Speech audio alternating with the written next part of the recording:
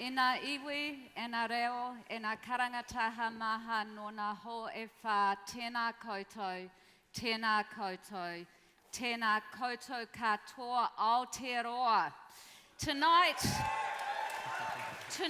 we welcome the world to the Auckland Town Hall. We are meeting at the democratic centre of New Zealand's largest city, and we are here to celebrate and to protect our democracy. Courtesy of the internet itself, this hall from tonight will represent a symbol of democracy for the whole world. We are all neighbours online. As the leader of the Internet Party, I am proud to welcome all of you and to extend the welcome of Aotearoa to Glenn Greenwald. Yes. Thank you. Thank you very much. Woo! Yeah! Thank you. Give it up! Settle down. Bob Amsterdam. Woo!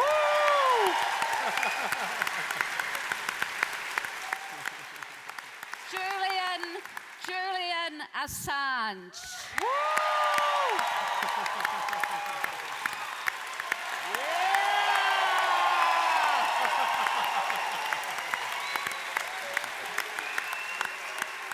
And we might have another special overseas visitor to welcome in a moment. To Kim.com.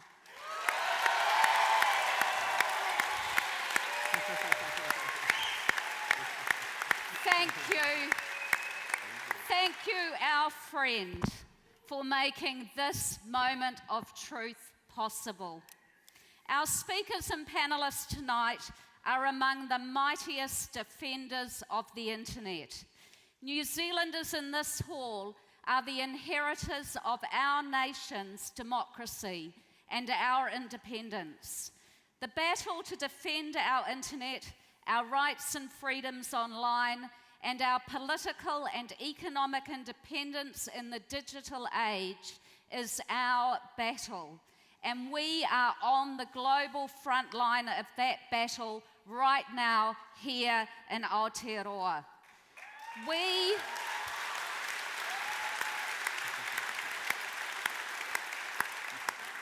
in New Zealand know what it means to lead the world in the interests of human rights and freedoms. Our Treaty of Waitangi represents a unique partnership. We were the first women to win the right to vote. Yeah.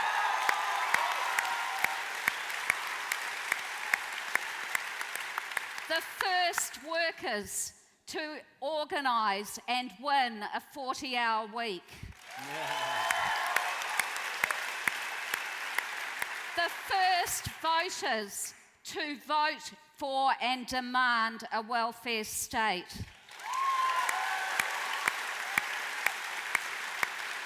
Our own government sent a protest ship into the French nuclear testing zone, and it was our anti-apartheid movement that sent a little ray of sunshine into Nelson Mandela's prison cell in 1981. Yeah.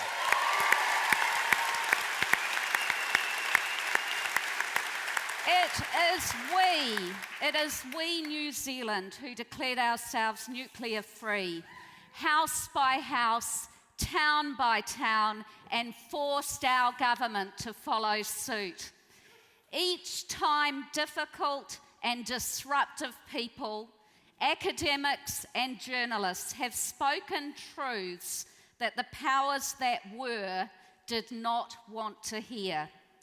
Each time it has been the persistence of a few that has been transformed into movements of the many. And it is those movements, those victories, that define more than anything else what it means to be a New Zealander. Now it is our turn again. Tonight we will hear from Glenn Greenwald, Bob Amsterdam, Kim.com, Julian Assange, and perhaps another very special visitor. Whānau, I would like you to join me in welcoming again our guests and our panel.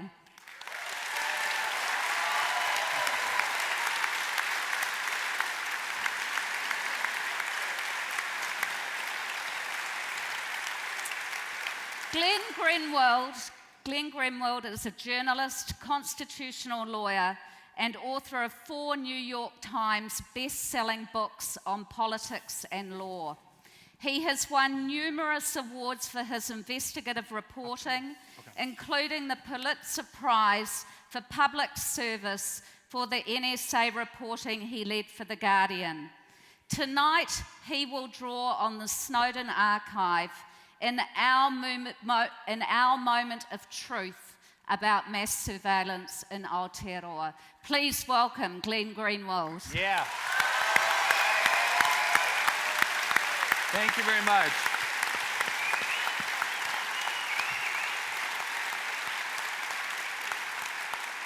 Thank you so much. Thanks to everybody for coming tonight, and thank you so much as well to the Internet Party for organizing such an impressive event and inviting me to speak. I am extremely excited to be here, and by here I mean both this event and New Zealand generally. I've only been here for a very short period of time, 96 hours, but it has been very eventful.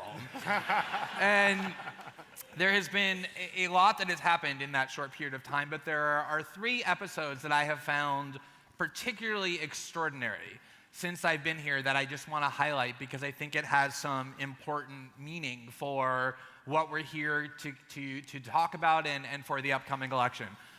The first really extraordinary event is that, it is not all that common to arrive in a country and within less than 24 hours, literally, find oneself being publicly maligned and attacked by the nation's head of state using the most adolescent epithets imaginable.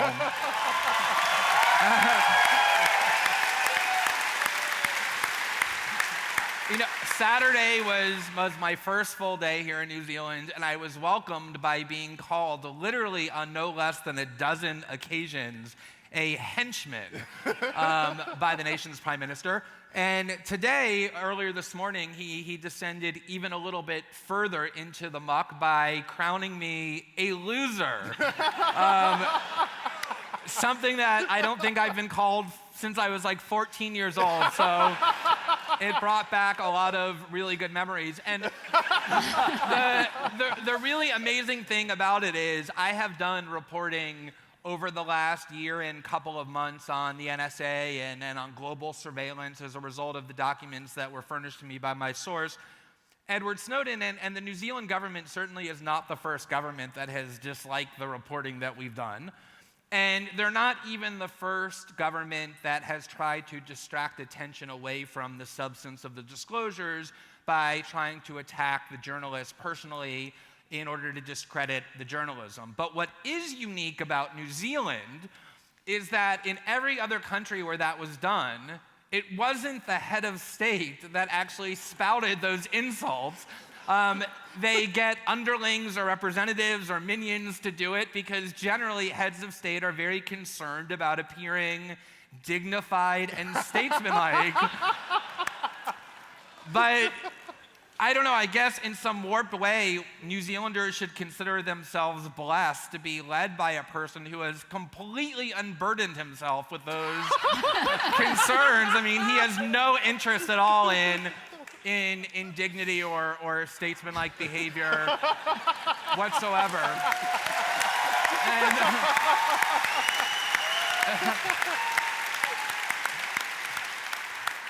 I never thought that I would actually hear myself saying what I have said multiple times in interviews over the last 4 days, which is, it's a very weird thing to hear one saying, which is, I'm not going to lower myself to the prime minister's level by getting into the mud with him and name calling.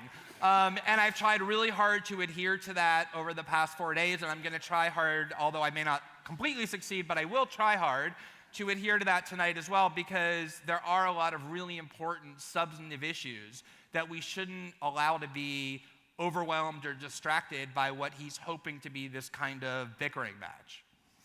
The second really extraordinary thing, and this is genuinely really stunning to me, was on the very first day that I began doing interviews about the reporting that we were here to do, the Prime Minister, in the words of the New Zealand Herald, for the very first time admitted that his government had in fact planned a program of mass surveillance aimed at New Zealanders. He admitted that for the very first time on Saturday after my arrival, when he started to have suspicions about what it was that I was going to expose.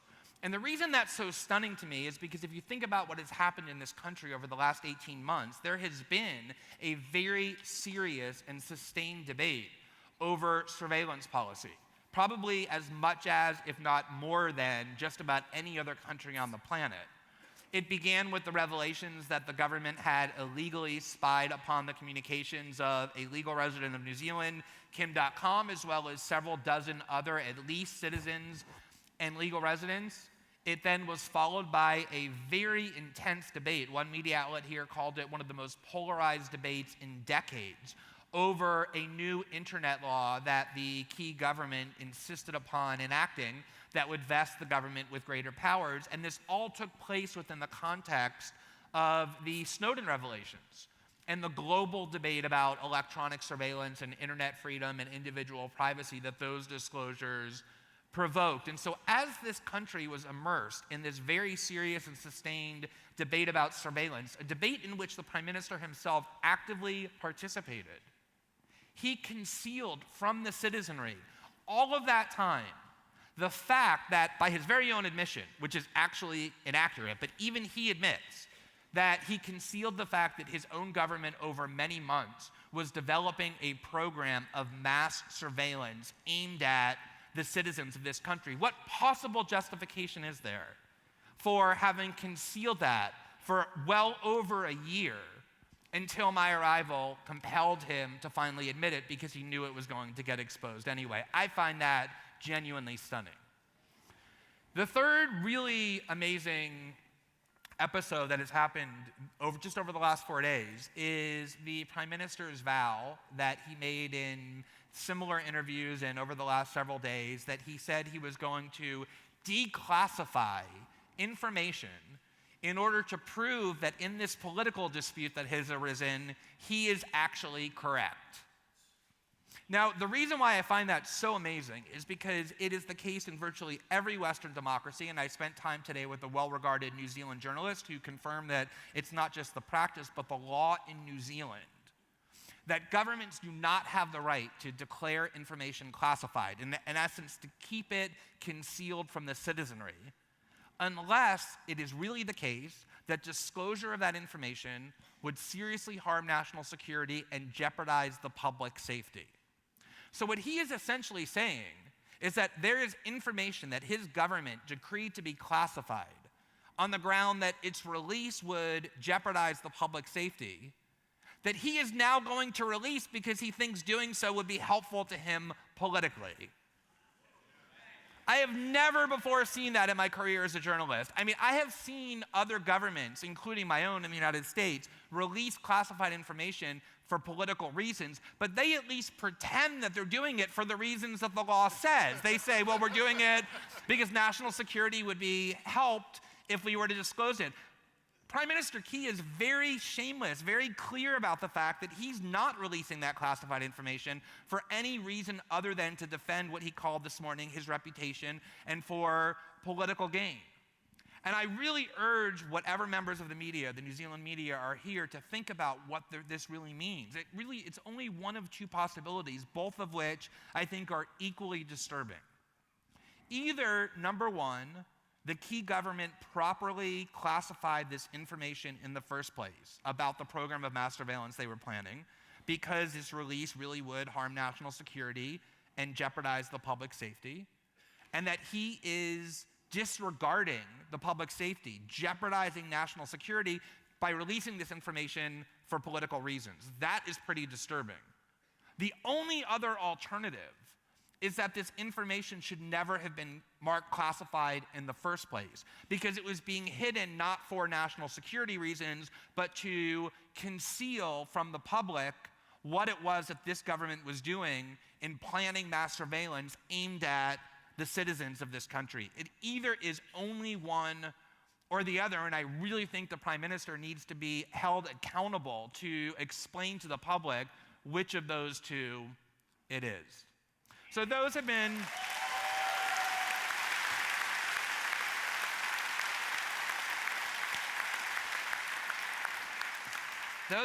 the sort of the three most stunning and extraordinary episodes that I've encountered. There are lots of other ones, but I had to pick the three most.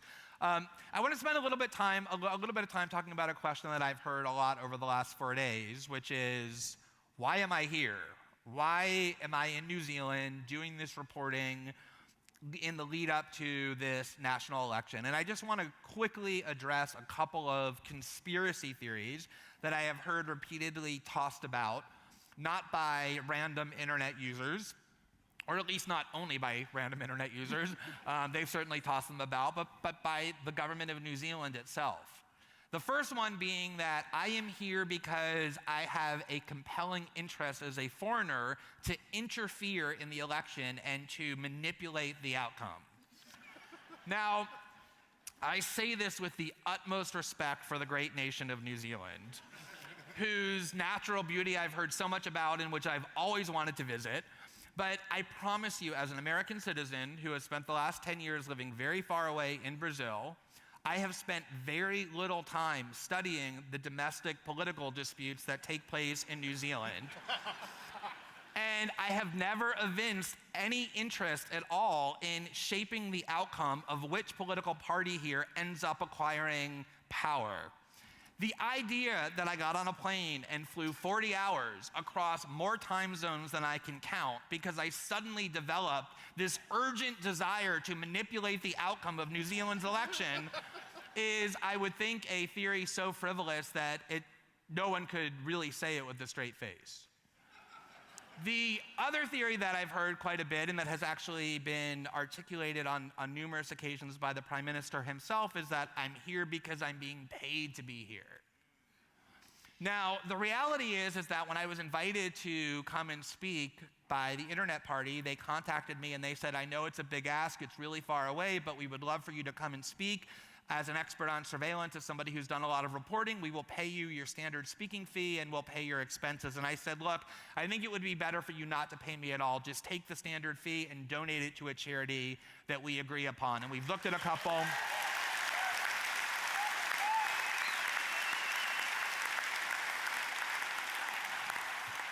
We've looked at a couple, including a charity that helps gay youth in Brazil who have been physically attacked, of which there are unfortunately a large number. And others, but let me be very clear. Contrary to the Prime Minister's unbelievably reckless accusations, I have not been paid and will not be paid a single penny for my travel here or my participation in this event or for any of the reporting that I'm doing here. Now, what I think is really interesting, and I think it's important to think about this, is a lot of times people who make accusations about other people's hidden corrupt motives are actually saying very little about the people they're accusing, but saying a great deal about themselves. Yes. Because what those people are saying, the people who spew those kind of accusations, is, I cannot believe that anybody would do anything out of a sense of duty or principle. They must be doing it for some corrupt reason. And the reason they think that is because they themselves never do anything out of conviction or principle.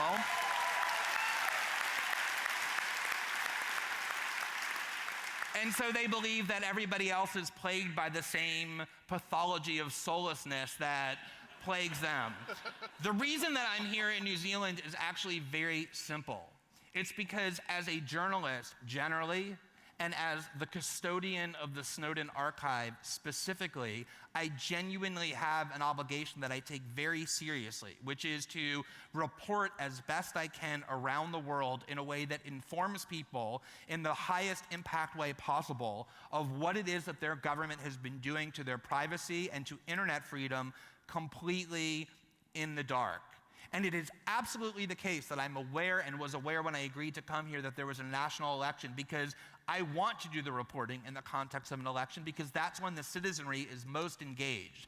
And had I waited until the election to be over to do this reporting, I am certain that I would have heard from all sorts of New Zealanders who would have been angry with me, rightfully so, and would have said, why did you wait until after the election to do this reporting rather than doing it before, when we could take it into consideration in deciding which political factions we want to vote for? As for why I'm at this event, I am not one of these journalists who believes that I have to go around pretending that I have transcended the human experience and am free of opinion and subjectivity, or that I'm neutral on the question of mass surveillance. I think and have been very honest about the fact that mass surveillance is a serious menace to all sorts of important political values. And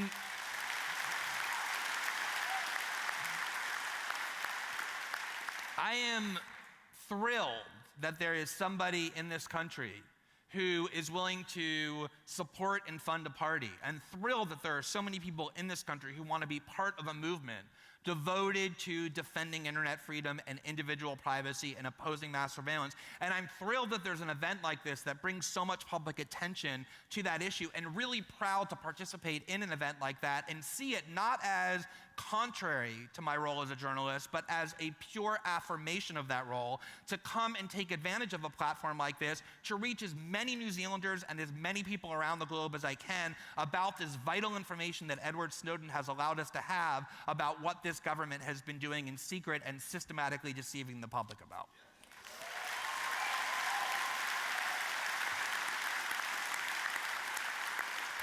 So, with all of that out of the way, we arrive at the thing that I think ought to be the most important part of the discussion tonight, which is the substance of these revelations.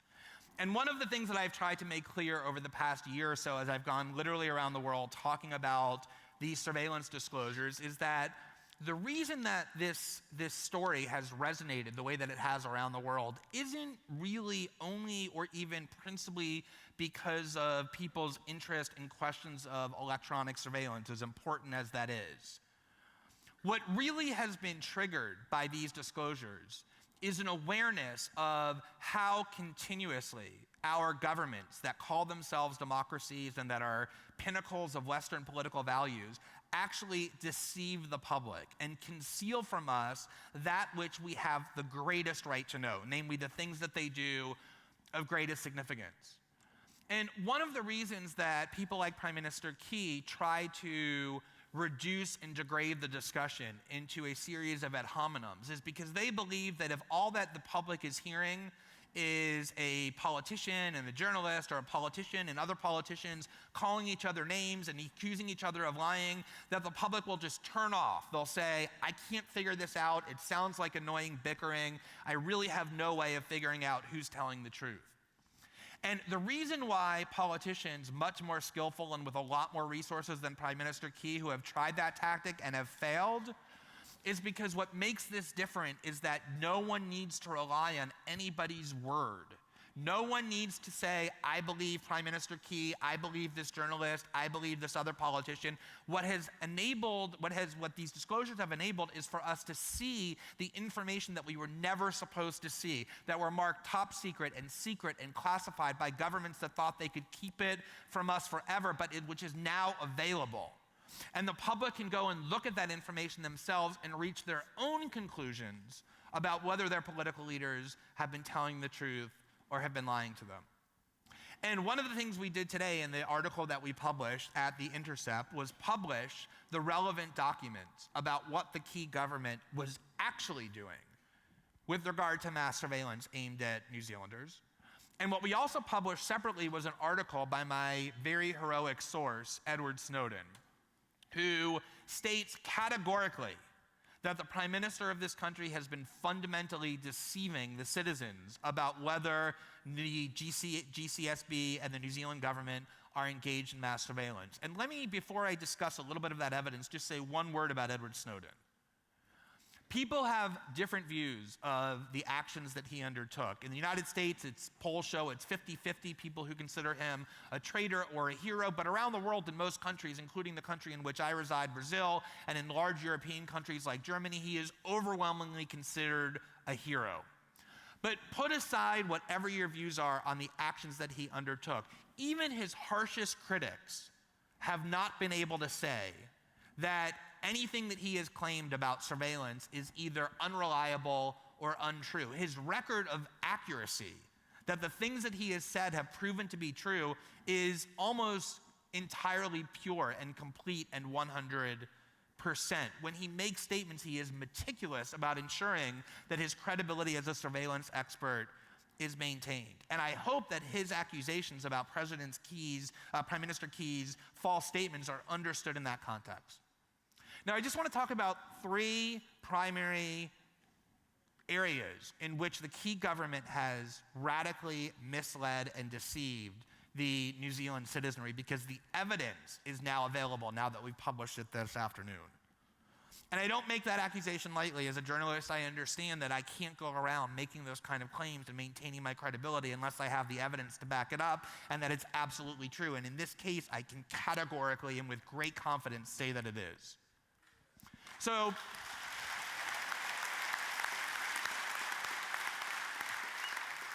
the first area where he has radically misled the public are his statements just over the last 4 days. In order to anticipate and get ahead of the reporting that he thought that I was going to do, he finally, as I indicated earlier, came out and admitted that his government proposed a policy and created a plan to engage in mass electronic surveillance aimed at his own citizens. But what he said when he finally admitted this was only a proposal. It was only a business plan. It was simply an idea of the kind that governments throw around all the time, but it never got implemented and it never got approved because I, Prime Minister Key, when I learned about it, intervened and said, no, this goes too far and this cannot happen. Now, I don't even think New Zealanders need evidence to know that that's an absurd scenario, but I'm fortunate enough that I actually have it. And the evidence that I have is evidence in which the NSA is discussing internally what it is that they're told by the New Zealand authorities about what this project is and what its status is. And the project was codenamed Project. The project that we're talking about, which is a project of mass surveillance, was discussed and labeled as underway by the NSA. Not in development, not as an idea, not as a proposal, but underway. So if we could put the first slide up on the screen that we published today, which is an NSA slide that was previously top secret.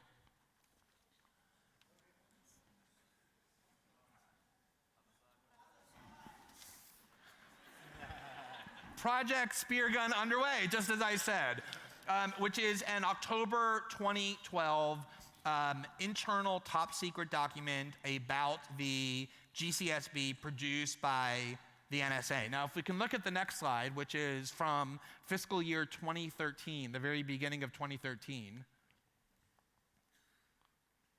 The next slide. This is a list of activities in which the NSA's partners are engaging in to increase what the NSA calls access to data. Under New Zealand, it says, Partner Cable Access Program achieves Phase 1. Phase 1 of that policy has been completed as of the beginning of 2013. So you have a program that is actually underway, Phase 1 of which is now actually completed. Phase 1 involves access to the cables that connect New Zealand to the rest of the world and that transmit internet data. So for Prime Minister Key to stand up and say, oh, this was just a mere proposal, it's the kind of idea that gets tossed around but it was never actually implemented, the documents that we published today and the reporting that we did makes clear that that is an outright falsehood. This was a program that was officially embraced and adopted and implemented and steps taken to bring it into reality. Now, the second area in which his statements have been remarkably untrue is probably the one that I consider to be the most important. I have spent a lot of time over the last 3 or 4 months as I've done the reporting on New Zealand, paying great attention to the debate that took place in this country over the proposed new internet bill that was introduced by the key government and that passed by a mere 2 votes in Parliament, 61 to 59 in August of last year. And the reason that that debate fascinated me so much was because, as I said earlier, it was, as you know, incredibly polarizing. There were mass public protests against this new internet bill. And the only way that the key government got the public to agree to accept this bill and got the parties in Congress to pass it by 2 votes was because Prime Minister Key said over and over unequivocally, this law does not give us any new powers. It does not allow us to engage in metadata collection. It does not allow us to engage in mass surveillance. Because he knew that if the public was aware that this bill actually did that, it would never have passed. So in order to get it passed, he told the public over and over, this bill is essentially harmless. It just restates what we've already had the power to do in a clearer way and provides added safeguards. Internally, however, the key government was saying exactly the opposite. What they were saying was, in order for us to do this program of tapping into the cables and doing mass metadata collection, we need one thing. We need to have this new law passed because that new law will empower us to do this type of mass surveillance for the very first time. And if we look at the next slide, another one of which we published today, it describes what this cable program was supposed to be, and it says GCSB's cable access program, Speargun, phase 1, which we saw on the prior slide, has been completed. It says, awaiting new GCSB Act, expected July 2013, first metadata probe mid-2013. The New Zealand government's position privately was the exact opposite of what they were saying publicly. Their position privately was that the bill would give them, for the first time, the power to engage in mass surveillance aimed at New Zealand citizens. There were legal experts who were saying that. Prime Minister Key insisted that they were wrong, that it would do nothing of the kind, and these documents show that he was not telling the truth.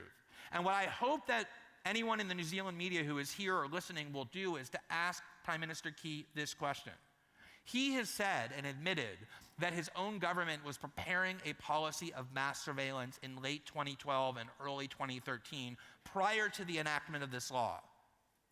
But any program of mass surveillance during that time before this law was passed would have been illegal. It was against the law before this law was passed for the New Zealand government to spy on its own citizens or to engage in mass surveillance, leading to the question, why was his government proposing and designing and implementing mass surveillance programs, which by their own reasoning was against the law? And the only answer that he can give and that he will give is he will say, well, we were expecting the law to change.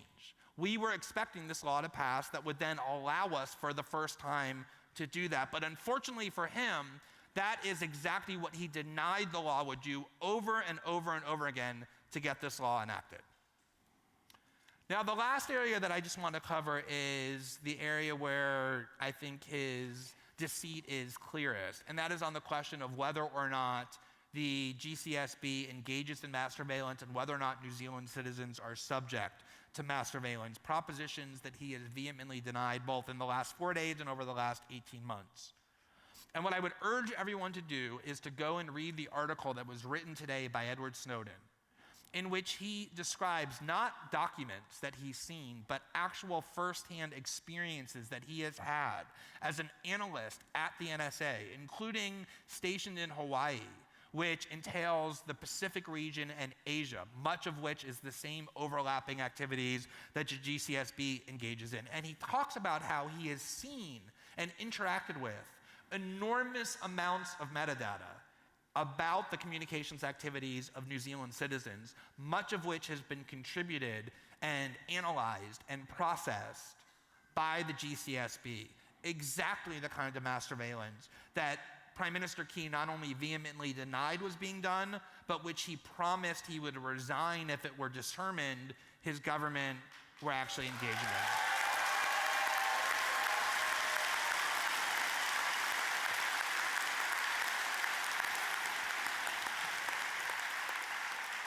So let me just close by saying that, I am here as a journalist. I am not here in support of or opposition to any political party, but I view my job as a journalist to hold accountable and to provide a check on those who wield the greatest power. And the way that is done, in my view, most properly is by scrutinizing and investigating the claims that government officials make rather than just mindlessly and uncritically repeating them. If you want to mindlessly and uncritically repeat government claims, you should go work for the government as a government spokesperson.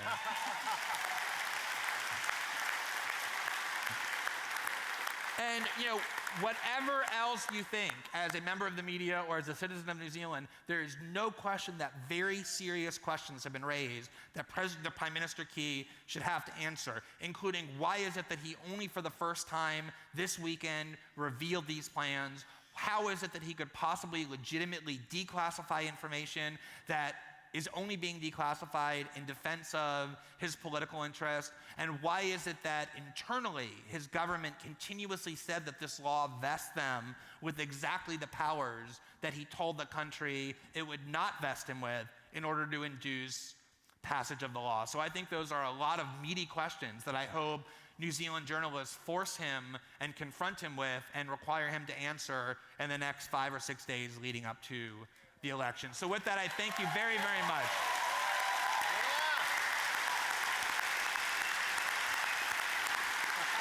Thank you. Do we have time? I'll introduce him.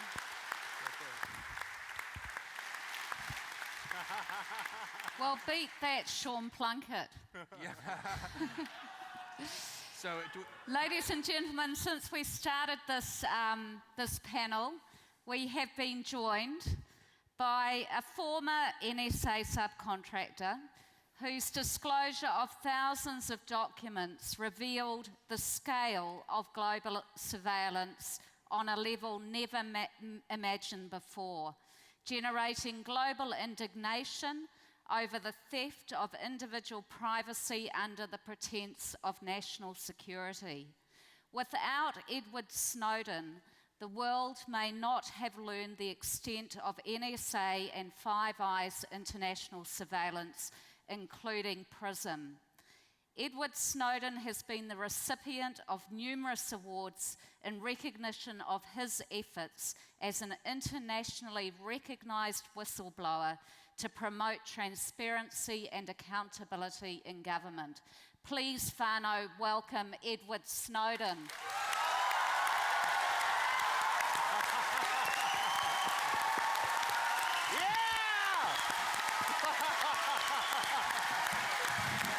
Hello, New Zealand.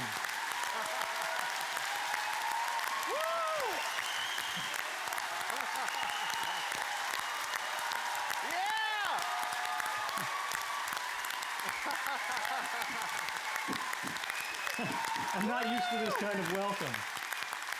And Ed, I've got to tell you that we're in the Auckland Town Hall at the Democratic Centre of the biggest city in New Zealand. We have a packed hall. There are 800 people who have not been able to get in tonight. They wanted to hear you. We owe you our gratitude. Thank you from Aotearoa. Woo!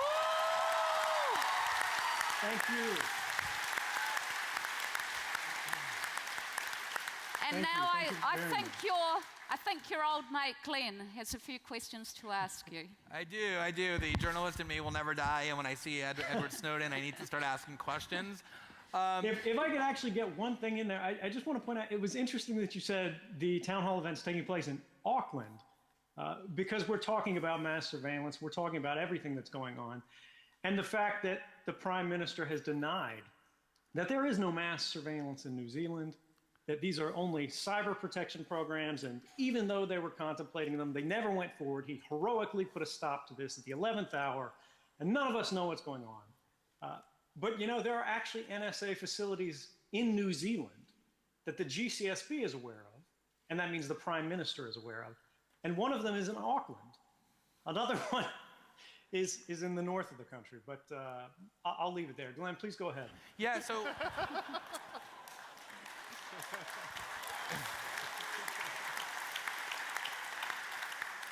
well, it's a great place to start because, as I think everybody knows, you have created a little bit of a stir over the last year and 2 months around the world. But you have specifically created a stir here in New Zealand with the article that you wrote over the last several days for The Intercept that was published just a couple of hours before we convened here, in which you made some very strong statements about the ongoing evolving debate taking place here in New Zealand, including your statement that for multiple reasons, Prime Minister Key's claims about the GCSB not participating in mass surveillance, New Zealanders not being subjected to mass surveillance are, as you called them, false statements. Could you talk about, based on your own personal experience working within the NSA and the Five Eyes infrastructure, what your basis is for those conclusions? Right, absolutely. I think one of the key things to get out in the beginning is to say, when the Prime Minister is making these statements about there is no mass surveillance, people can disagree about what this is, what it's not. You're always entitled to your own opinions, but you're not entitled to your own facts. When the bulk collection of private citizens' communications, emails, text messages, location data, metadata, calling records, what you order online, what you buy, who you talk to, who you love, what you do, when these things are collected by any arm of government without an individualized, particularized suspicion of wrongdoing, on the individual level, that is a violation not just of rights on the national level, but of human rights that are not given to us by government, but are inherent to our nature. And so when he says this isn't occurring, I think what's happening... Thank you. I think what's happening is a careful parsing of words. He's saying this isn't mass surveillance, even though, GCSB is collecting all of your information, they're sharing it with NSA. NSA is doing it and then providing that same information to us, so we don't have to do it domestically. We don't have to collect it domestically. We just get to search their copies of our citizens' data. He's saying it's not surveillance because as long as, in these trillions of records that are collected, not every single record is read by a human being when they come in the morning like it's email. But even that is not entirely true, and it's inaccurate in many ways. So when I worked at the NSA, my last position was as an infrastructure analyst. You can think of it as sort of a state-sponsored hacker, where what you do is you look at network infrastructure, you look at routers, you look at all the connection points, you look at companies, and you look at targets around the world, and you figure out how their networks work, how they fit together, and how to break into them. You're basically sort of a burglar casing the joint. That was when I realized the absolute scale of how deep this went. Because when I was doing this, I would see the communications of individuals from around the world. I could be looking at a system in Japan. I could be looking at a system in Germany. I could be looking at a system in New Zealand. And what was incredible was the fact that I could see records of the communications of people around the world from every country comprehensively. The way it works is X key score is what you can think of as a sort of in technical terms, a federated search system. What it means is the NSA, along with the Five Eyes sort of alliance, which includes New Zealand as a significant part of it, to put a system of sensors around the world. You can think of these as tapping devices. Some of them are cable taps. Some of them are well, what's been reported are cable taps so far, so let's leave it there. But there's a network of sensors around the world where it's racks of equipment. They don't have to be at telecommunications providers. The Southern Cross gentleman said, there's no way this could happen. We would know if it happened. We would see it. We would have evidence of it. We would have to be complicit with the government. There's no way to tap a fiber optic cable without us knowing about it and without it taking our cable down. But we've seen over the last year, the NSA has done this around the world. in countries that we're allied with and countries that we're not. So I would have to ask that gentleman, what makes your company unique out of every telecommunications provider in the world that you would know when the GCSB, when the NSA are tapping your lines and no one else can? But the key is, you've got this network of sensors around the world, and then I, sitting at the NSA in Hawaii, come in the morning, I type in my search. I look for, let's say I want to read John Key's email. I enter his email address, and it sends that search to every one of these sensor networks around the world. And they search their local database of metadata and content. The content of all communications that pass through these sites is held for about 3 to 5 days, depending on the storage, and it's constantly going back further and further in time as we gain more capability. So I can see everything. I can see what book you looked at Amazon.com, last week. I can see who you talked to. I can see who your friends on Facebook are. I can see the text messages you sent. I can read the emails you wrote. And I can set up things that are called fingerprints that allow me to track where you've been on the web, who you're talking to, even if you're using sort of anonymizing technology and so forth. Now, what's interesting about these sensor networks is when I'm typing in this search for an email address, I say where in the world, which of these sensors I want it to go to.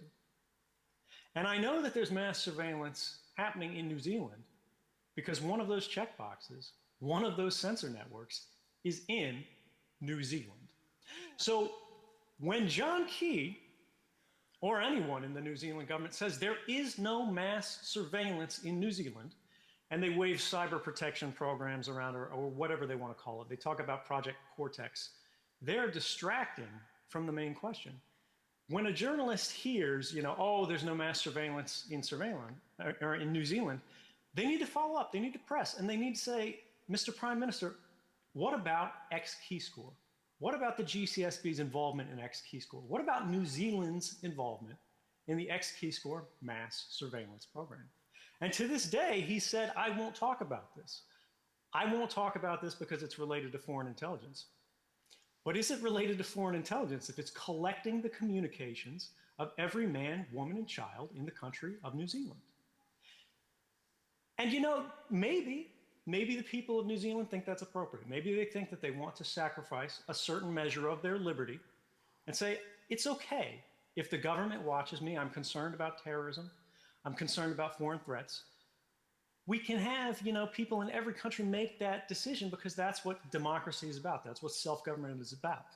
But that decision doesn't belong to John Key or officials in the GCSB making these decisions behind closed door without public debate, without public consent. That decision belongs exclusively to the people of that country. And I think it's wrong of him.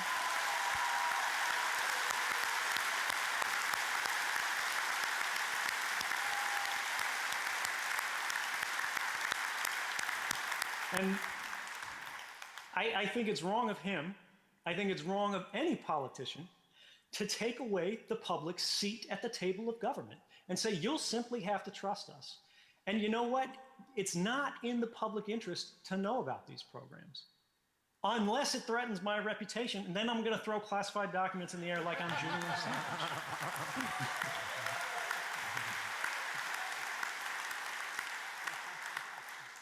No offense there, Julian. So Ed, if I could, just to be very clear about one particular point, can you say definitively, based on your firsthand work with X-Keyscore and other mass surveillance programs, that within the Five Eyes Alliance mechanisms, there are large amounts of indiscriminate metadata about the communication and other online events of New Zealand citizens? And does the GCSB, separately as a question, contribute in any way, analytically or otherwise, to that collection of data? Yes, absolutely. There's no question about it. There's not just metadata, although people like to talk about just metadata, and metadata is extraordinarily intrusive. As an analyst, I would prefer to be looking at metadata than looking at content because it's quicker and easier and it doesn't lie. If I'm listening to your phone call, you can try to talk around things, you can use code words, but if I'm looking at your metadata, I know which number called which number. I know which computer talked to which computer. And yeah, that exists comprehensively for all of the Five Eyes allies, for all of their network-enabled sort of partners, for all of their telecommunications providers and things like that that are overseas that have a strong national connection. They create sort of what they call commercial relationships, corporate relationships that allow them to do this. And specifically, yes, the GCSB not only uses X-Keyscore, they have expanded it. They've contributed to its development. They've proposed algorithms and those sort of fingerprints that are used to track people and targets. And that's a tremendously concerning thing for any public, particularly when these decisions about whether or not an intelligence agency should cross the gap between targeted surveillance based on judicial warrants, based on limited collection that's necessary and proportionate to the threat faced, and sort of leaving the intelligence agencies to their own devices and say, hey, if you guys want to watch everybody in the country, that's fine. Just tell us what you want to do and you'll pass the law, or we'll pass the law for you. And I think that's another key. We talk about this GCSB Act of sort of August of last year. And we go, if the Prime Minister is so comfortable revealing this information this week, why didn't this happen last year when it was being debated? Why was it not relevant to the public interest when it was our rights on the line? But suddenly it's critical to get this information out there when it's one man's reputation on the line. And that's a question that I think needs to be answered.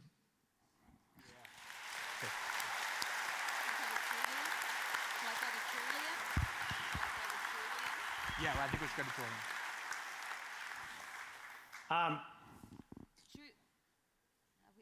But to just clarify on that, X-Keyscore does involve both the metadata and content collection for individuals in New Zealand. That's without question. Citizens of New Zealand have their private communications in this database, and people in the GCSB, people in the NSA, people at the Canadian CSEC, people at GCHQ, in the UK and DSD, in Australia, they all have access to these communications. And while they are theoretically constrained by policy, and I do believe they try to use these policies appropriately to manage them, they aren't really overseen. We don't know what they're doing. It happens in the dark without any accountability and without any public say in how these programs are operated or if they should exist at all. And it's very concerning when a foreign intelligence agency like the National Security Agency can propose a law to be put in place in New Zealand for the GCSB, which is the August law that was passed last year. And the GCSB can start basically proposing programs that are unlawful at the time they're being considered and say, hey, pass a law to make this legal, and we're going to go ahead and put this out here immediately. Why are they considering programs that are not legal? You know, these are things that the public has not just the right to know, but the responsibility to know, because how can the government have the consent of the governed if they don't know what's going on? You know, consent has to be informed to be meaningful, and I think that is the problem that we're seeing in New Zealand today. It doesn't matter necessarily if there's mass surveillance in New Zealand, if the people said that's what they want. But for it to have been concealed, and for the highest officials in government to have been party of that, and now to be changing their story day after day after day about what they knew, when they knew, and why it happened, this should cause everybody to be asking questions, not just about, you know, what's going to come out next, what are we going to learn, you know, what have we been lied about, but more importantly, what are we going to do about it? The reality is, everyone in New Zealand's private communications are only protected by a single checkbox, a checkbox that says, please don't show me results from people in New Zealand. And that does exist in X-Keyscore. You know, these intelligence services do have the opportunity to say, I don't want to see this.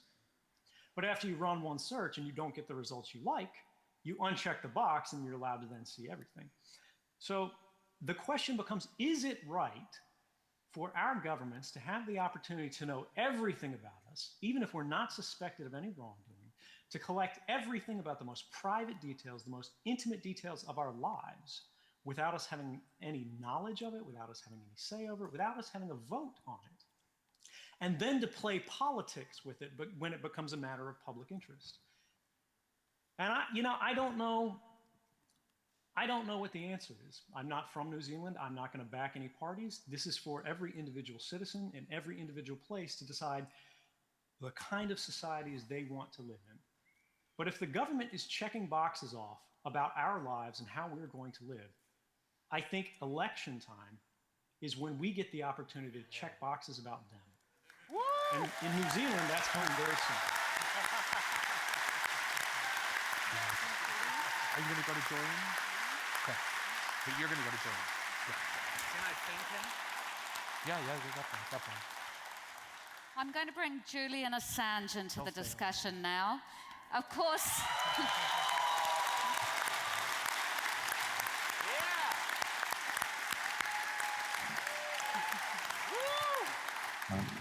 Julian is best known as the founder of whistleblowing website WikiLeaks. He is one of the world's most prominent internet activists, has redefined freedom of information on the internet. He is personally responsible for exposing war crimes and many, many abuses of power around the world. That is what made him a target of the US government. He has been taken refuge in the Ecuadorian embassy in London for 2 years. Please welcome to the Auckland Town Hall, Julian Assange.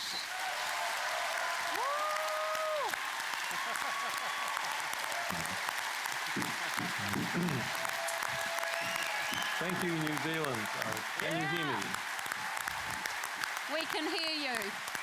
Right.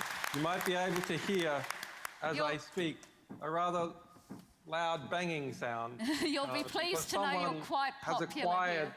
it seems, the flat underneath the embassy and are busy tunneling, believe it or not, right at this moment. We actually tried to buy the flat underneath to expand the embassy, but it was blocked, rather mysteriously. So first of all, I'd like to thank Glenn for excellent presentation, and I'm very pleased Edward could make it. I know there were quite some difficulties actually getting him on technically, so I'm pleased that all came to fruition finally. But I thought we should put things in a bit of context, because a lot of detail has been gone into tonight, and sometimes it's hard, sometimes we lose our way in seeing what sort of society that we're evolving into and how this development has come about. First of all, New Zealand has a very important historical contribution to the understanding of the Five Eyes Intelligence Alliance and mass surveillance. In fact, really, like many other things that happened in the like many other things that happened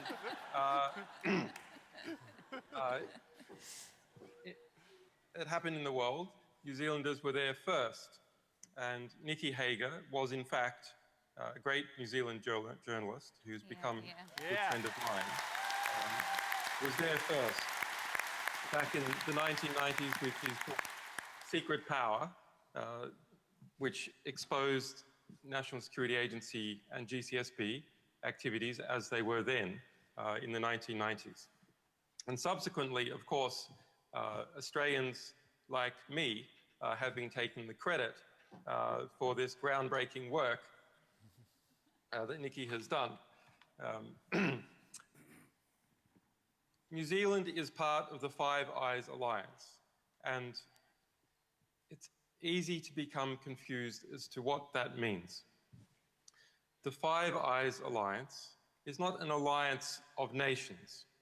It's not an alliance of Christian English-speaking nations of the United States, Canada, New Zealand, Australia, and the United Kingdom.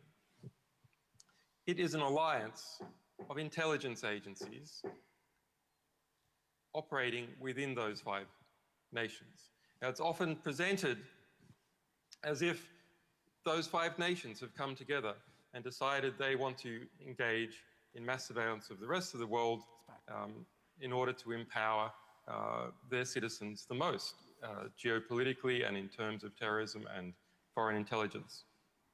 But in fact, because, as Edward and Glenn have said, there has not been informed consent by those 5 nations, it is insiders from within the deep state, as we would call it in political science, collaborating with each other to maximize their own power in this equation.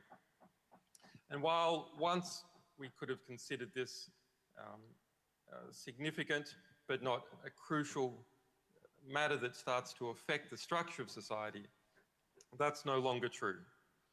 The level of mass surveillance, as it has increased over the past 10 years, is something that is now at the level where it must inevitably affect the structure of our society domestically and the structure of our international order.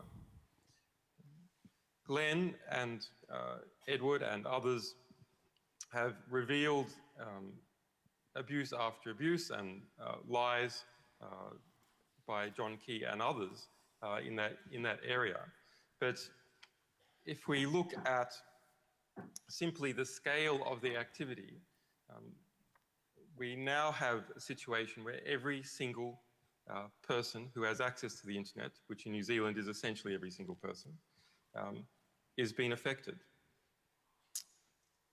Sometimes we think a claim about a general phenomena is a claim about the air or the sky or the nature of our universe. And it is so general that we think we cannot be affected by it.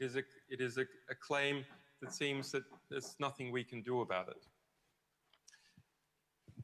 You may recall that Stalin once said, perhaps apocryphally, that one man's death is a tragedy, but the death of a million men is a statistic. But I have been one of those people. I have been, and it's in the Edward Snowden documents, a target of the NSA on an NSA manhunting list. WikiLeaks has been, as recently as 2012, a target of GCHQ, and it's in those same documents. Kim.com in New Zealand has been a target of GCSB unlawfully. And no doubt, most of the people presenting on this panel tonight in the run-up to this presentation have been some kind of target. How do we know that we're targets? Well, we're specialists in this area. So we're able to understand and find out this information and see that we have been individually targeted. But for people who are not specialists, they rely on information that has come out as a result of journalists and as a result of people like Edward Snowden. And it's spoken about in generalities. What New Zealand is doing, together with the other Five Eyes nations, is to attempt to create a new structure of civilization. And I don't think that New Zealanders agreed to take part in such a radical, extremist project of putting all the foreign, at least, telecommunications of New Zealanders under a mass surveillance regime which automatically collects information on every single person.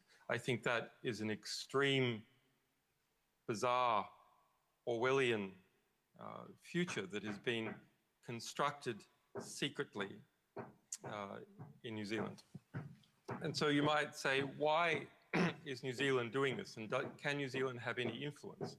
Well, I think New Zealand, as part of the Five Eyes Alliance, is seen as a junior partner in that alliance. But in fact, it has equal status to every other nation except that of the United States. People within GCSB have become addicted to that relationship with these bigger players. And so they're happy to sacrifice the rights of New Zealanders and move the society of New Zealand in a very strange direction in exchange for membership of this international intelligence agency club. It is a network of patronage that exists internationally and operates without proper oversight of government. Even in the United States, as Glenn has shown, there is no proper oversight. So, having looked at the development of the Five Eyes Alliance over that long period of time and how governments actually behave in practice with our diplomatic cables work, I want to reiterate what Glenn has talked about specifically in relation to John Key, that this is how things are done at this level. It is all backroom deals about how to construct laws, the place of intelligence agencies and international alliances between intelligence agencies, not between countries, in the construction of those laws, how to subvert monitoring of the behavior of intelligence agencies and their functions. New Zealand historically has shown significant will to be a more independent state. Despite its size, it is an island nation. It is able to have its own political culture. And that political culture resulted, for example, in the banning of nuclear weapons and nuclear-powered warships coming to Australia.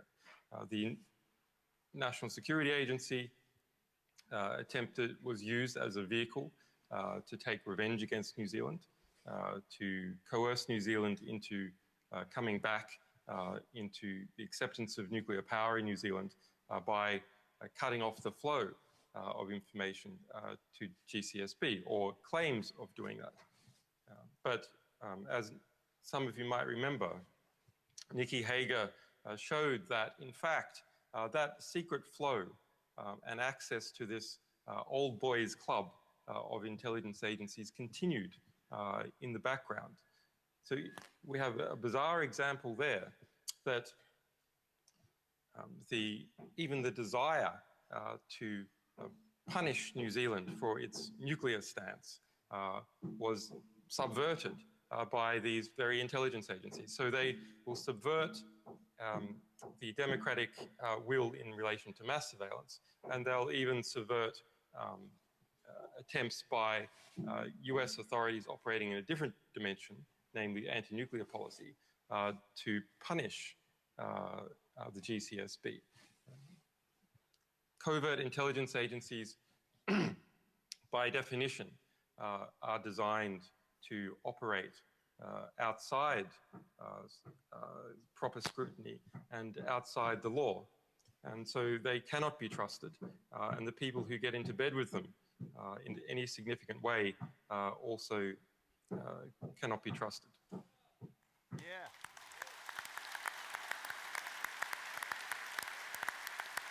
Shall I move on to you now? Shall I move on to you? Your presentation. I would just quickly like to say two things. On behalf of everyone here tonight and on behalf of the entire internet community out there, I want to say that you, Julian and Edward, you are heroes, and I thank you very much for letting humanity see what's going on in this world. And even though New Zealand is a small country and a small place in this world community, we are going to do everything we can, and we're going to work really, really hard to stop this country from participating in mass surveillance, and we'll close one of the 5 eyes. That's our goal.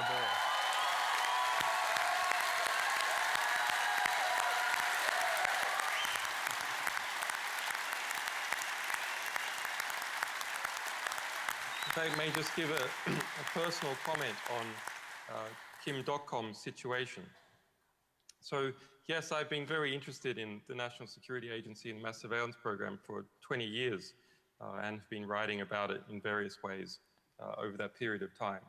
But the situation with Kim.com in New Zealand, for me, is also personal because we share the same prosecutor and have done for a number of years in Alexandria, Virginia.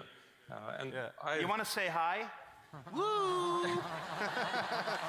Didn't get us yet, huh? So I understand what is going on there, and I understand the injustice of that situation at a very personal level. We shouldn't look at the 5 eyes and the activities of the National Security Agency in isolation. This is part of a broader hegemonic agenda by these institutions, not by the United States, but by these institutions that operate in an anti-democratic way and the networks of power associated with them. Coupled together with mass surveillance is an extraterritorial move to apply certain aspects of US law to as many countries as possible. So, for example, why am I being investigated by a grand jury in the United States now for the past 4.5 years, and some of my staff as well? How is that possible? I'm not an American citizen. We don't have a company registration in the United States. Well, because we publish US government documents, and that is the claim jurisdictionality, which these groups operating out of Washington are going to apply coercive force to me and my staff in the rest of the world. Similarly, for Kim.com, something along those lines is happening, which is those groups operating out of Alexandria, Virginia, connected to broader power factions in the United States, are applying their law into New Zealand, taking control of the New Zealand police force to coerce actions within New Zealand and pluck out people, residents from New Zealand, to other states. When you control the surveillance systems of another country, when you hack en masse into the computer systems of another country, and when you are able to control its police forces, you have in fact proceeded with annexing that country. And that is what is happening to New Zealand. It is being annexed by these major power factions centered in Washington, D.C. And that's a real problem for New Zealand, and it's a problem for the rest of the world. And it's a problem for me personally and Kim.com. There's more than 69 nations. It's bragged about by Neil McBride, our shared prosecutor. More than 69 nations being pulled in in extradition cases to that center in Alexandria, Virginia, and is an admitted policy of trying to extend US law to other countries and to take control of the coercive instruments in other countries. Yeah. I want to say one more thing. Thank you, Julian. Just one moment. Yeah, there are 2 ways to fight mass surveillance. Number 1 is politically, and that's what we are trying to do here in New Zealand at this election. Number 2, with technology. Encryption is the key word.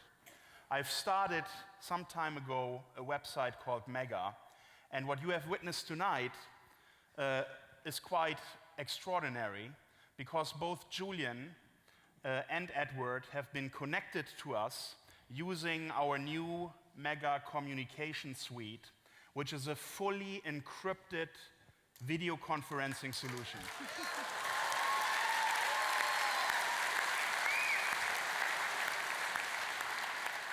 So I'm really passionate about keeping everybody's data safe. Not only can you transfer files completely privately and securely through Mega, you can now also communicate with a Skype-like client on steroids, completely safe and web-based. It's not a program you install on your computer. This runs through an internet browser.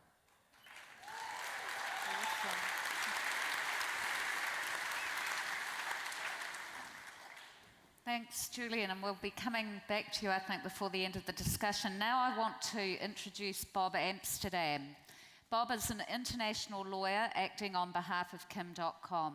He frequently takes on the state on behalf of individuals and organisations in cases involving the abuse of state power. He is the 2013 recipient of the American Lawyer Global Pro Bono Dispute of the Year Award for the whistleblower trial he won against the United Nations in Nairobi, Kenya. The Trans-Pacific Partnership Agreement has had only a bit part in this election campaign. Tonight we will hear from Bob Amsterdam why we must vote and use our vote to stop the TPPA on Saturday.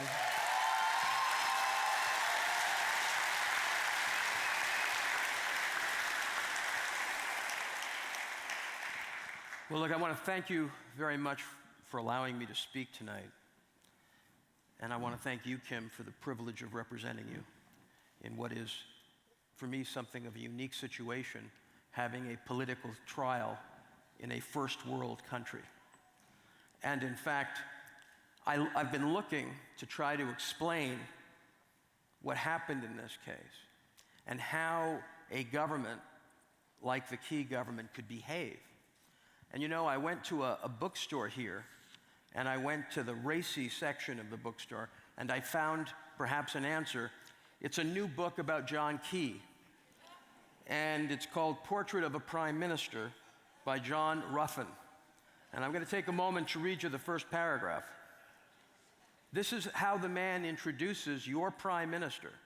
First paragraph. On a summer's evening, shortly after New Year 2014, New Zealand television news channels carried a tantalizing glimpse of the country's prime minister holidaying in Hawaii, playing golf with the President of the United States. In polo shirt and shorts, John Key watched his son Max sink a putt and receive a high five from Barack Obama. New Zealand's diplomats were agog. This was FaceTime beyond their dreams. How had it happened?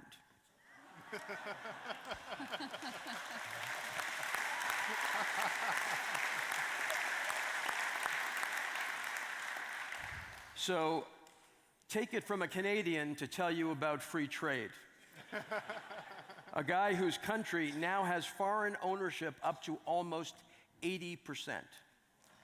A guy whose country and his countrymen, 36% of them believe, will become a part of the United States within 25 years.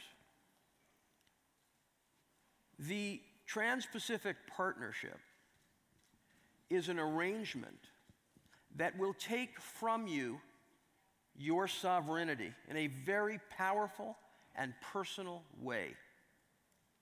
And it will do it through the same kind of stealth tactics we've been hearing from Glenn and the other panelists.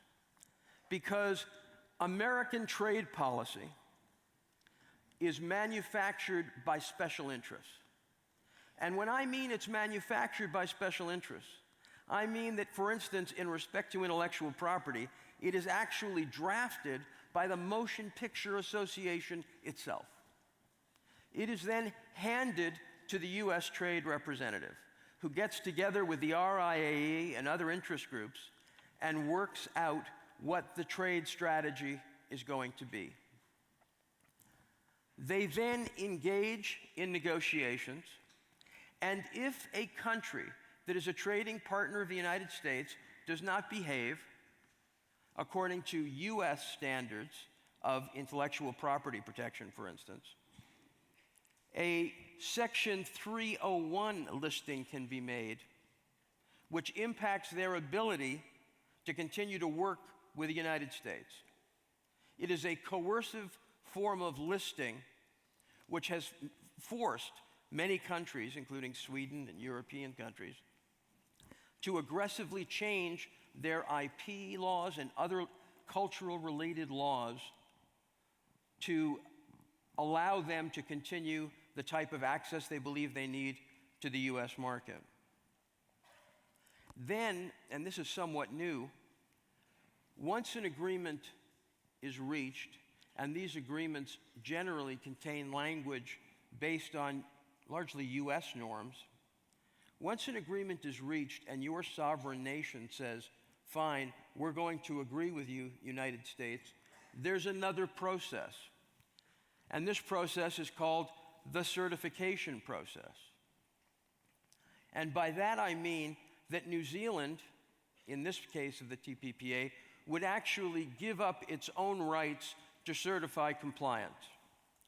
That right has been ceded back to the US government, which under this new congressional legislation essentially allows the President of the United States to determine if New Zealand has actually amended its laws in keeping with the agreement. And if New Zealand hasn't, then that agreement will not come into force.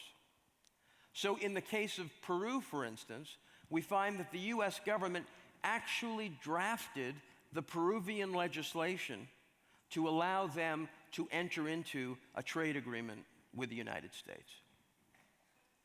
Now, the power of these trade agreements to impact your life directly is very strong, especially when you're in a country that is marginal to the world system. Now, that may be news to John Key, who is a currency trader and gets high fives with Barack Obama. But for the rest of us who have a globe, we recognize that, in fact, China is not quaking in its boots. So the impact means that if you're a trader like John, you have a limited number of chips to give up. And I am going to make an argument here tonight to you. And I am going to say that John, with his limited pile of chips, has begun improvising. And I am going to say that one of the chips he's begun to give up is your rule of law.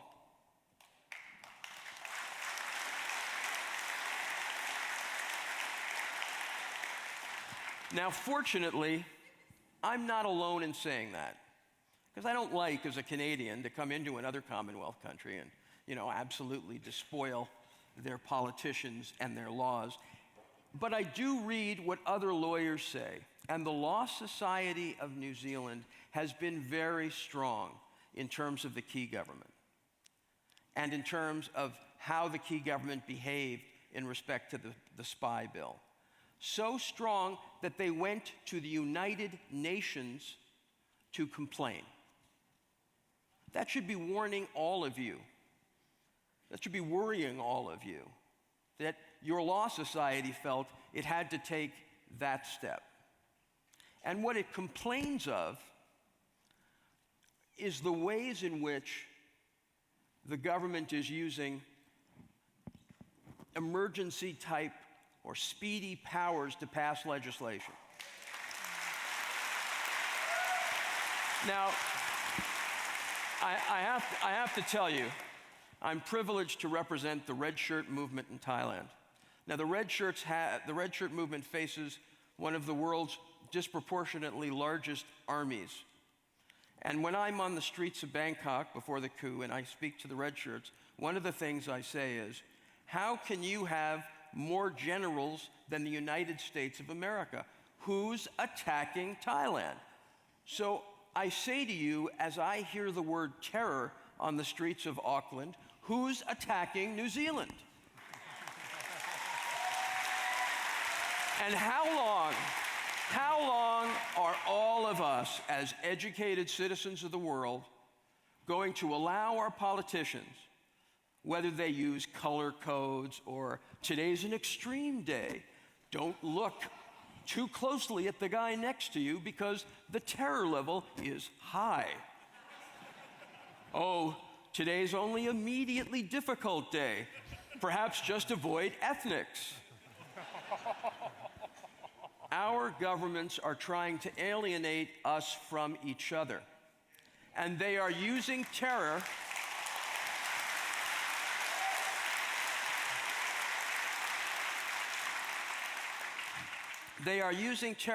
to invade our homes, to invade our internet accounts, and to engage in mass surveillance that is violative of our most basic constitutional rights.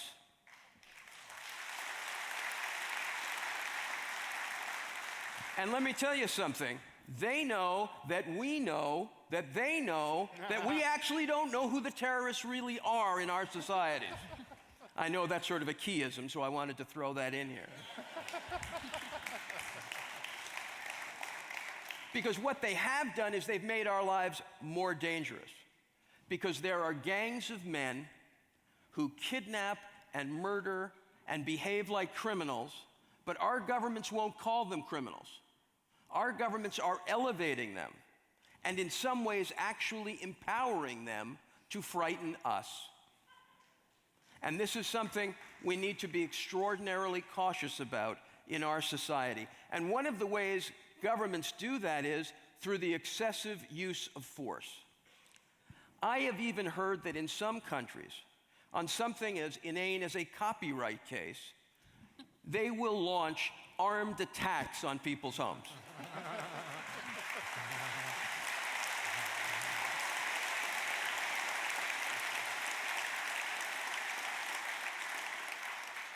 Now, in this global war on culture that has been launched by the internet industries of the United States on all of us, I'm pleased to say I represent one of the first victims, one of the major victims, Kim.com, in an extradition brought to you by the Motion Picture Association of America in conjunction with Warner Brothers.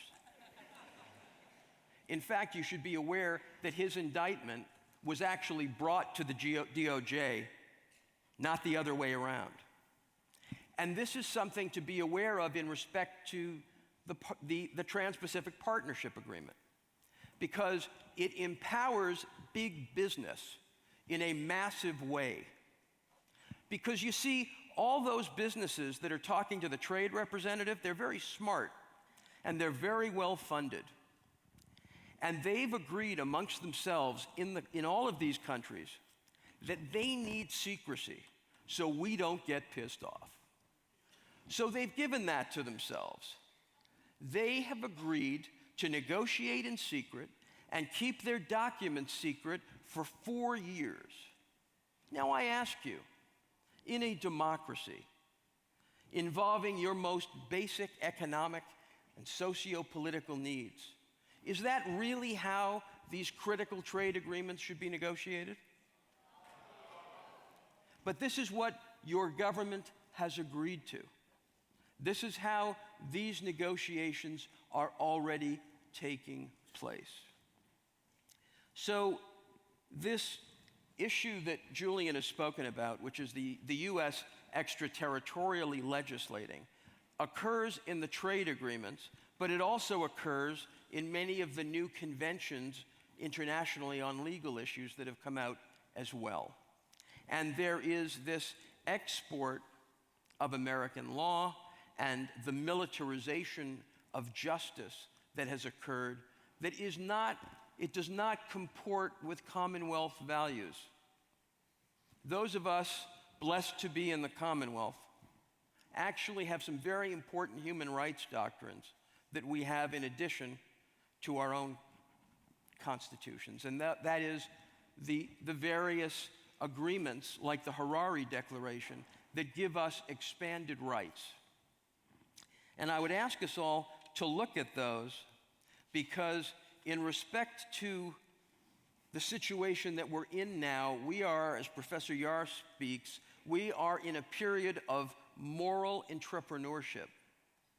Large corporations are criminalizing what they see as violations. For instance, infringement disputes that were heretofore civil in nature have been criminalized so that the power of the state can be directed against individuals. And the companies don't have to spend all those dollars on lawyers. Better than that, let's freeze somebody's assets so the son of a gun can't hire lawyers to defend himself. And then if an incredibly resourceful individual starts a new business after we've thrown him in jail, destroyed his life completely, and he's had to start from scratch, then we're going to go and we're going to try to seize any possible asset that guy may develop in the future. All with the passive acquiescence of the guy who does the fist bumps or the high fives with the American president.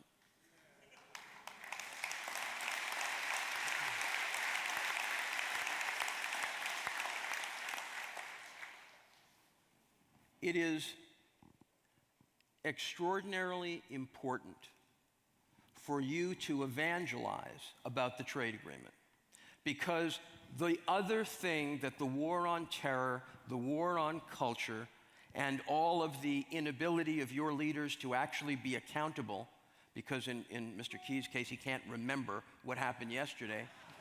all of these things lead to something that has become known as dirty politics.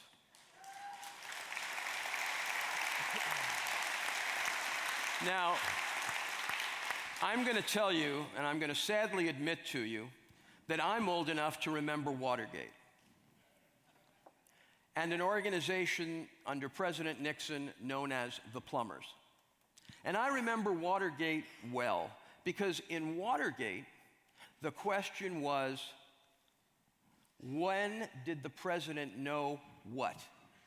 That was always the situation, and Woodward and Bernstein spent many months trying to piece it together. Can you imagine if there was email during Watergate? Well, this is what Watergate looks like on email, ladies and gentlemen.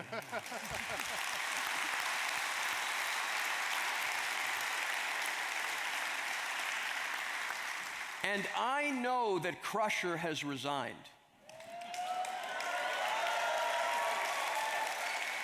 And by the way, I have to tell you that I think it's kind of funny to have a justice minister named Crusher in the first place, but even with Crusher resigning, we need to understand that the system isn't purged if it has a systemic cancer by only one amputation.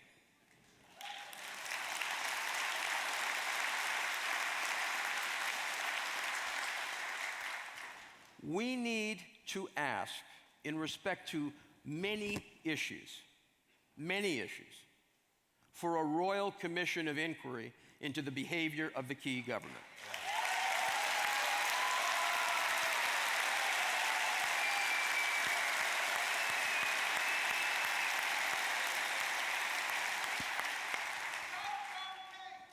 Today,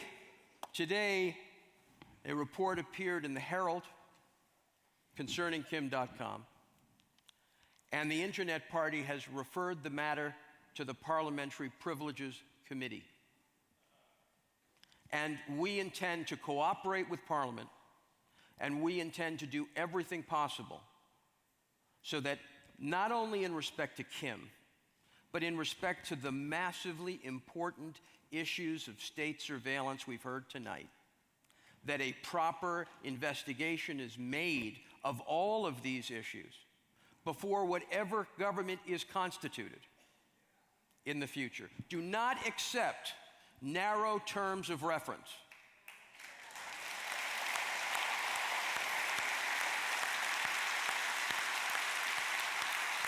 Do not accept the beast investigating its own belly.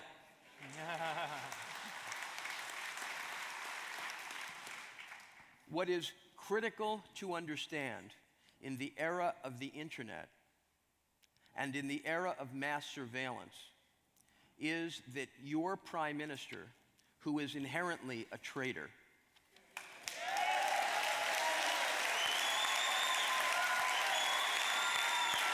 and I'm going to tell you, I'm going to tell you why I say that and why I feel he doesn't cling to fundamental principles of human rights.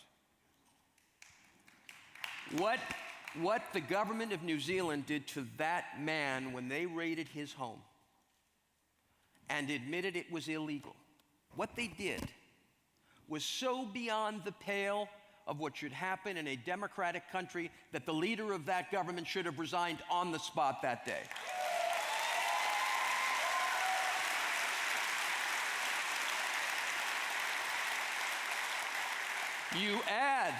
You add this incredibly political case to the mass surveillance that's been uncovered this weekend.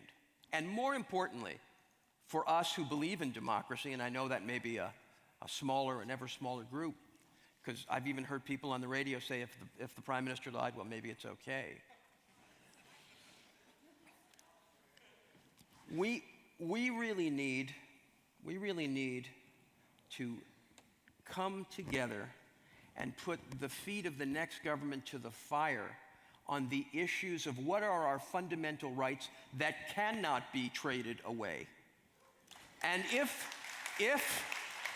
once again, through this asymmetry of power, the party that has control of the spy agencies can use the spy agencies to get information and pull discrete information about their political opponents and then feed them to various blogs or whatnot in a coordinated campaign. If this can happen, we need law on the books that during an election period, no spying or activities can go on in respect to any New Zealander who could possibly be seen as a political competitor. Because let me tell you something about mass surveillance and about your trust in this government or any other government, doesn't matter what the party is. Even if you trust this government, history shows that when a government becomes empowered with the control of information, it will ultimately turn against its own citizens.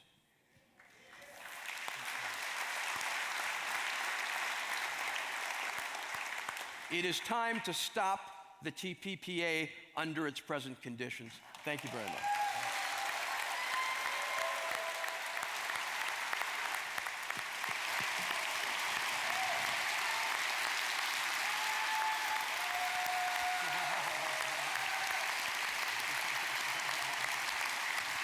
You are awesome. Thank you. This has been incredible. Thank you. Well, what an extraordinary evening. 3 modern prisoners, Kim.com, Edward Snowden, and Julian Assange in our town hall. Two warriors, lawyers, a journalist, warriors for our right to know and our responsibility to hold governments around the world accountable for honouring our human rights. Thank you. Thank you, everybody. Thanks so much. Thank you, Bob.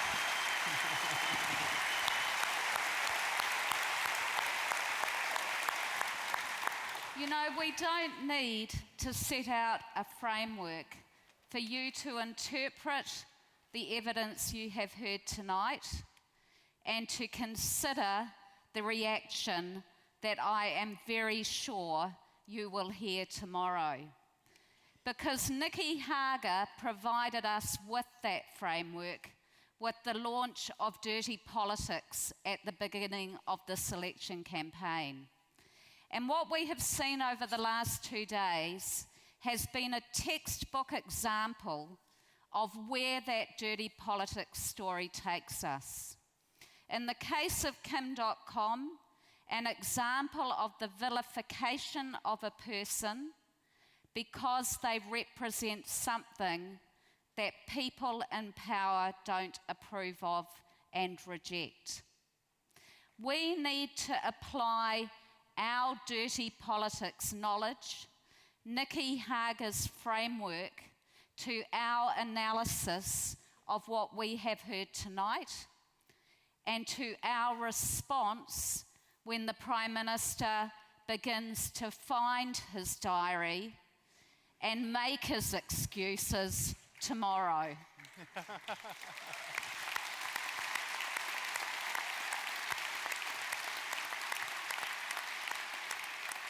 Progressive politics is above all, and more importantly than anything else, an educational process.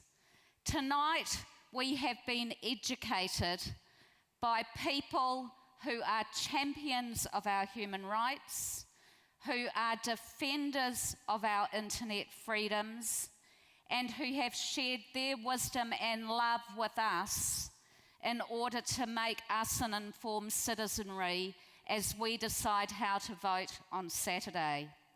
Now it is our turn. This moment of truth has delivered. It is up to every person in this hall to speak the truth, to share the truth, and to vote for the truth on Saturday. Kia ora koutou, and thank you very much for being here. Thank you.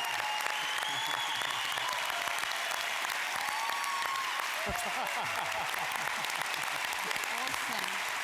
Now we go. Yes.